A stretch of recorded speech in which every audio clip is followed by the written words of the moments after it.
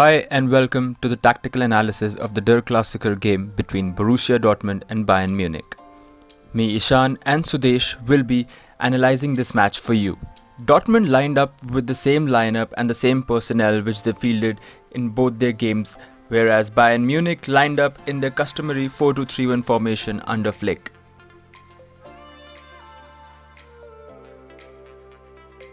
As usual, Bayern started out taking on a possession based from the back build-up. Kimmich was frequently seen providing the passing option to the three-man defense, whereas Davies advanced higher up the pitch.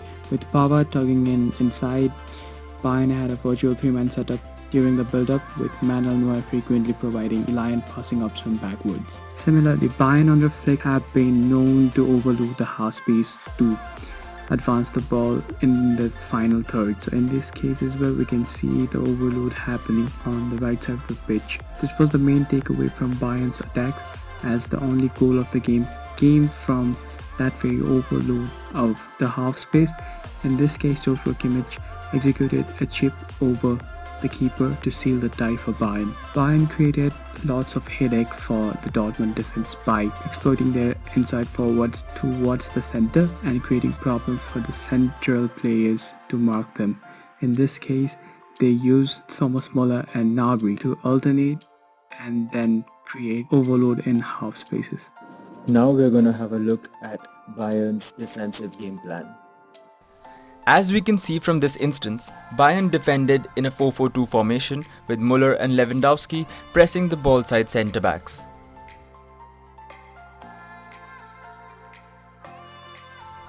We can also see that Bayern's central midfielders Kimmich and Goretzka are pressing the Dortmund centre midfielders closely. Bayern played a very high line, which was pretty narrow, and they relied on the recovery pace of Davies, Alaba and Pavard to recover any balls played in behind their defence.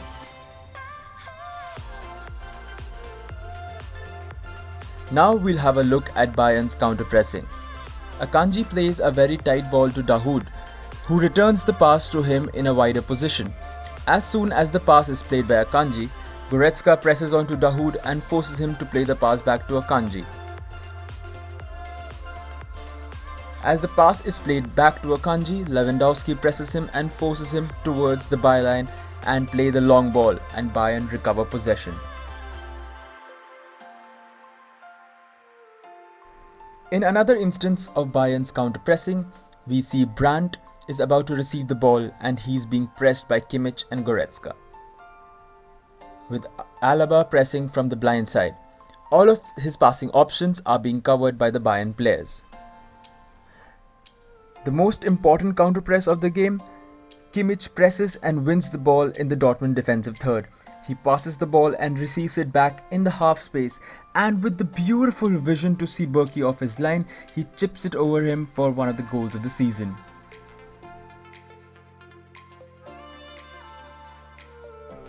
Now we'll have a look at Alaba's mistakes at centre-back. In this instance, we can see that Alaba wasn't compact enough and wasn't close to Thorgan Hazard, whose run behind the line was found by Hakimi. Even though Alaba's pace allowed him to recover well, this was the best chances Dortmund created in the whole match. Boateng didn't see the danger of Haaland. Haaland eventually scuffed his shot to Bayern's rescue. Here we can see that Hazard has received the ball with his back towards the goal. Alaba could have easily jockeyed him and moved him towards the byline, but he ended up tackling him, which Hazard escaped from and led to another Dortmund attack. The recovery pace of Davies helped cover Alaba's mistake and negate the danger. As the last line of defense, Alaba should have jockeyed Haaland, but he chooses to dive into the tackle again. Haaland escapes it and progresses the ball forward into a dangerous position. Starting out as a 3-4-3 on paper, Lucien Favre's Dortmund used three wide players to advance their play. With Bayern applying a central press with body angles, this was the only viable way it seemed. Additionally, the midfield triangle combined with the wide player helped to break the press. As the pivot were closely marked by Bayern Munich players, the wide player would advance or switch the play as per the tempo of the game. In this instance, Dortmund tend to attack by capitalizing the void created on the other side by Bayern's overload on the side of the ball. Similarly, when Dortmund attempted to play out from the back, the wide centre-back and the wing-backs were frequently supplied with long balls in order to break the central press. The wide balls then would be played to the inside forwards, who created a trigger for the wing-backs to run and advance on, as shown in the figure. Similarly, when advancing the ball centrally, multiple occasions like these were seen to counter the half-space overload and shift the tempo of play. Similarly, further up the pitch, Bayern defended compactly and nullified Erling Haaland. However, Julian Brandt was able to pick out spaces occasionally and attempted to organize and beat the compact block. Let's have a look at Dortmund's defensive game plan. Dortmund defended in a 5-4-1 low block. The wing-backs would fall back and make a back 5, whereas Hazard and Brandt would fall back and make a midfield 4. Dortmund tried to suffocate the middle. They always pressed the central midfielder of Bayern once they were in Dortmund's half and tried to crowd out his passing options.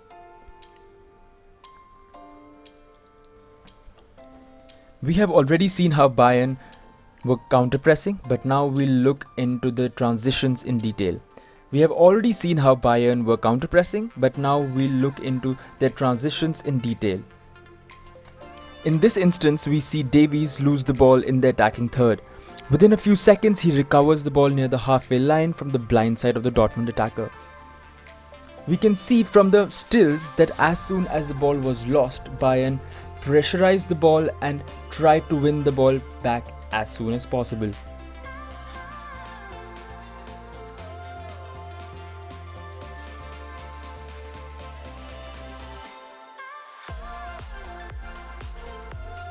With respect to the attacking transitions, Bayern tried to force the game where there was a numerical advantage on the Dortmund players. In this instance, we can see that there's a 2v1 with the Dortmund wingback and a through ball is played for the run of Coman on the wings. In this instance, Bayern wins the ball from a throw-in.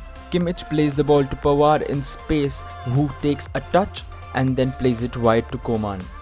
In another instance, we can see that Davies wins the ball high up in the midfield third and releases the ball to Gnabry, who is outside in space and can go 1v1 on Piszczek, the wide centre-back.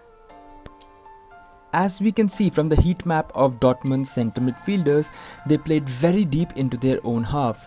This just goes on to show how good Bayern were in their defensive game. Dortmund central midfielders had to come deep into their own defensive third in order to progress the play.